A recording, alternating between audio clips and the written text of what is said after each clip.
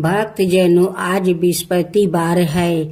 आप बृहस्पति भगवान की आज आप लोग कथा सुने। बृहस्पतिवार का जो लोग बृहस्पति देव के श्रद्धा भक्ति से कथा सुनते हैं, उस पर बृहस्पति देव प्रसन्न हो जाते हैं। बृहस्पति देव की जय हो, बृहस्पति देव की जय हो। प्राचीन समय की बात है, एक नगर में एक बड़ा व्यापारी रहता है। वो जहाजों में माल लाद कर दूसरे शहरों में भेजा करता है। वो जिस प्रकार अधिक धन कमाता है, उसी प्रकार जी खोलकर दान भी करता है। परंतु उसकी पत्नी अत्यंत कंजूस है। वो किसी को एक डमरी भी नहीं देने देती है। एक बार सेठ जब दूसरे देश में व्यापार करने गया, तो पीछे से बृहस्पति देव ने साधु भेष में उसकी पत्नी से भिक्षा मांगने आई। व्यापारी की पत्नी बृहस्पति देव से बोली, हे साधु महाराज, मैं इस दान और पुण्य से तंग आ गई हूँ। आप कोई उपाय बताइए जिससे मेरा सारा धन नष्ट हो जाए और मैं आराम से रह सकूं। मैं यह धन लुटाता हुआ नहीं देख सकती। बृहस्पति देव ने कहा, हे देवी, तुम बड़ी विचित्रा हो। संतान और धन से कोई दुखी होता है। अगर अधिक धन है तो इसे शुभ कामों में लगाया करो। कुंवारी कन्याओं का विवाह करवाओ, विद्यालय और बाग बगीचा का निर्माण करवाओ। ऐसे पुण्य कार्य करने से तुम्हारा लोक परलोक सार्थक हो सकता है। परंतु साधु की इन बातों से व्यापारी की पत्नी को खुशी नहीं हुई। उसने कहा, मुझे ऐसा धन की आवश्यकता नहीं है जिसे मैं दान दूं। तब बृहस्पति देव बोले, यदि तुम्हारी ऐसी इच्छा है तो तुम एक उपाय करना। 7 बृहस्पतिवार घर को गोबर से लिपना, अपने केश को पीली मिट्टी से धोना, केशों को धोते समय स्नान करना, व्यापारी से हजामत बनाने को कहना, भोजन में मांस मदिरा खाना, कपड़े अपने घर धोना। ऐसे करने से तुम्हारा सारा धन नष्ट हो जाएगा। इतना कहकर बृहस्पति देव अंतर्ध्यान हो गए। व्यापारी की पत्नी ने बृहस्पति देव के कहे अनुसार 7 बृहस्पतिवार वैसा ही करने का निश्चय किया। केवल 3 बृहस्पतिवार बीते थे कि उसी समस्त धन संपत्ति नष्ट हो गई और वो परलोक सिधार गई। जब व्यापारी वापस आया तो उसने देखा कि उसका सब कुछ नष्ट हो चुका है। उस व्यापारी ने अपनी पुत्री को संताना दी और दूसरे नगर में जाकर बस गया। वहाँ वो जंगल से लकड़ी काट कर लाता और शहर में बेचता। इस तरह वो अपना जीवन बिताने लगे। एक दिन उसकी पुत्री ने दही खाने की इच्छा प्रकट की, लेकिन व्यापारी के पास दही खरीदने के पैसा नहीं थे। वो अपनी पुत्री को आश्वासन देकर जंगल में लकड़ी काटने चला गया। वहाँ एक वृक्ष के नीचे बैठे अपनी पूर्व दशा पर विचार कर रोने लगा। उस समय बृहस्पतिवार था। तभी वहाँ बृहस्पति देव साधु के रूप में सेठ के पास आए और बोले, हे मनुष्य, तू इस जंगल में किस चिंता में बैठा है? तब व्यापारी बोला, हे महाराज, आप सब कुछ जानते हैं। इतना कहकर व्यापारी अपनी कहानी सुनाकर रो पड़ा। बृहस्पति देव बोले, देखो बेटा, तुम्हारी पत्नी ने बृहस्पति देव का अपमान किया है, इसी कारण तुम्हारा यह हाल हुआ है। लेकिन अब तुम किसी प्रकार की चिंता मत करो। तुम गुरुवार के दिन बृहस्पति देव का पाठ करो।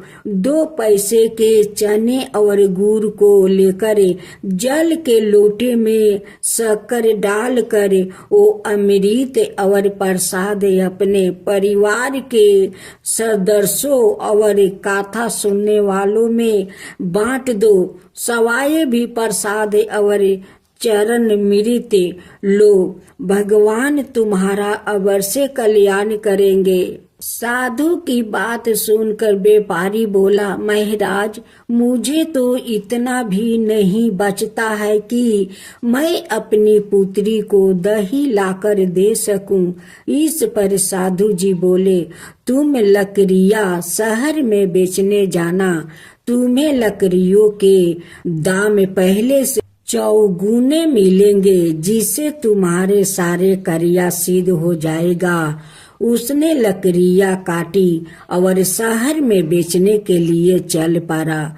उसकी लकड़ियां अच्छे दाम में बिक गई, जिसे उसने अपनी पुत्री के लिए दही लिया और गुरुवार की कथा हेतु चना गुड़ लेकर कथा की और प्रसाद बांट कर सवाए भी खाया। उसी दिन से उसकी सभी कठिनाइयां दूर होने लगी। परंतु अगले बृहस्पतिवार को वो कथा करना भूल गया। अगले दिन वहां के राजा ने एक बड़े यज्ञ का आयोजन करे पूरे नगर के लोगों के लिए भोजन का आयोजन किया है। राजा की आज्ञा अनुसार पूरा नगर राजा के महल में भोजन करने गया, लेकिन व्यापारी वो उसकी पुत्री तनिक विलंब से पहुँचे। अंत उन्हों दोनों को राजा ने महल में ले जाकर भोजन करवाया। जब वो दोनों लौट कर आए तभी रानी ने देखा कि उसकी खूंटी पर टांगा हार गायब है। रानी को व्यापारी और उसकी पुत्री पर संदेह हुआ कि उसका हार उन दोनों ने ही चुराया है। राजा की आज्ञा से उन दोनों को कारावास की कोठरी में कैद कर दिया गया। कैद में पड़ कर दोनों अत्यंत दुखी हुए। वहां उन्होंने बृहस्पति देवता का स्मरण किया। बृहस्पति देव ने प्रकट होकर व्यापारी को उसकी भूल का अभ्यास करवाया और उन्हें सलाह दी कि गुरुवार के दिन कैद खाने के दरवाजे पर तुम्हें 2 पैसा मिलेंगे। उनसे तुम चने और मुनका मंगवाकर विधि पूर्वक बृहस्पति देवता का पूजन करना, तुम्हारे सब दुख दूर हो जाएंगे। बृहस्पतिवार को कैद खाने के दरवाजे पर उन्हें 2 पैसे मिले। बाहर सड़क पर एक स्त्री जा रही थी। व्यापारी ने उसे बुलाकर गुड़ और चने लाने को कहा। इस पर वो स्त्री बोली, मैं अपनी बहू के लिए गहने लेने जा रही हूँ, मेरे पास समय नहीं है। इतना कहकर वो चली गई। थोड़ी देर बाद वहां से एक और स्त्री निकली। व्यापारी ने उसे बुलाकर कहा कि हे बहन, मुझे बृहस्पतिवार की कथा करानी है, तुम मुझे 2 पैसे का गुड़ चना ला दो। बृहस्पति देव का नाम सुनकर वो स्त्री बोली, भाई, मैं तुम्हें अभी गुड़ चना लाकर देती हूँ। मेरा एकलौता पुत्र मर गया है। मैं उनके लिए कफन लेने जा रही थी, लेकिन मैं पहले तुम्हारा काम करूंगी, उसके बाद अपने पुत्र के लिए कफन लाऊंगी। वो स्त्री बाजार से व्यापारी के लिए गुड़ चना ले आई और सवाए भी बृहस्पति देव की कथा सुनी। कथा के समाप्त होने पर वो स्त्री कफन लेकर अपने घर गई। घर पर लोग उसके पुत्रा की लाश को राम नाम सत्य है कहते हुए शमशान ले जाने की तैयारी कर रहे थे। स्त्री बोली, मुझे अपने बेटे का मुख देख लेने दो। अपने पुत्रा का मुख देख कर उस स्त्री ने उसके मुंह में प्रसाद और चरना मृत डाल दिया।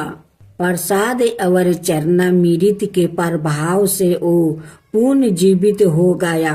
पहली स्त्री जिसने बृहस्पति देव का निरादर किया था, वो जब अपने पुत्रा के विवाह हेतु पुत्रा वधू के लिए गहने लेकर लौटी और जैसे ही उसका पुत्रा घोड़ी पर बैठकर निकला, वैसे ही घोड़ी ने ऐसी उछाल मारी कि वो घोड़ी से गिरकर मर गया। यह देख स्त्री रो रो कर बृहस्पति देव से क्षमा याचना करने लगी। उस स्त्री की मिनती से बृहस्पति देव साधु भेष में वहां पहुंचकर कहने लगे, देवी तुम्हें अधिक विलाप करने की आवश्यकता नहीं है। यह बृहस्पति देव का अनादर करने का कारण हुआ है। तुम वापस जाकर मेरे भक्त से क्षमा मांगकर कथा सुनो, तब ही तुम्हारी मनोकामना पूरी होगी। जेल में जाकर उस स्त्री ने व्यापारी से माफी मांगी और कथा सुनी। कथा के उपरांत वो प्रसाद और चना मृत लेकर अपने घर वापस गई। घर आकर उसने चना मृत अपने मृत्यु पुत्रा के मुख में डाली। चनर मृत के प्रभाव से उसका पुत्र भी जीवित हो उठा। उसी रात बृहस्पति देव राजा के सपने में आया और बोले, हे राजन, तुम जिस व्यापारी और उसके पुत्री को जेल में कैद कर रखा है वो बिल्कुल निर्दोष है। तुम्हारी रानी का हार वही खूंटी पर टांगा है। दिन निकला तो राजा रानी ने हार खूंटी पर लटका हुआ देख कर राजा ने उस व्यापारी और उसकी पुत्री को रिहा कर दिया और उन्हें आधे राज्य देकर उसकी पुत्री का विवाह ऊंचे कुल में करवाकर दहेज में हीरे जवाहरात दिया। ओम जय बृहस्पति देवा, जय बृहस्पति देवा, छिन छिन भोग लगाऊं के दली फल मेवा। ओम जय बृहस्पति देवा, जय बृहस्पति देवा। तुम पुराण परिमत माँ तुम अंतर्यामी, जगत पिता जगदीश्वर तुम ही सबके स्वामी। ओम जय बृहस्पति देवा, जय बृहस्पति देवा। चरना मृत निज निर्मल सबके पातक हरता, सकल मनोरथ दायक कृपा करो भक्तो। ओम जय बृहस्पति देवा, जय बृहस्पति देवा। तन मन धन अर्पण कर जो जन शरण पारे, प्रभु प्रकट तब हो करे आकर दुआरे खारे। ओम जय बृहस्पति देवा, जय बृहस्पति देवा। दीन दयाल दया निधि भक्तन हितकारी, पाप दोष सब हरता भाव बंधन हारी। ओम जय विस्पति देवा, जय विस्पति देवा। सकल मनोरथ दायक सब संशय हरो, विषय विकार मिटाओ संतन सुखिकारी। ओम जय विस्पति देवा, जय विस्पति देवा। जो कोई आरती तेरी प्रेम सहित गावे, जेठाय नंदय नंदन कर सो निश्चय पावे। ओम जय विस्पति देवा, जय विस्पति देवा। सब मिलकर बोलो विस्पति भगवान की जय, विस्पति देव की जय।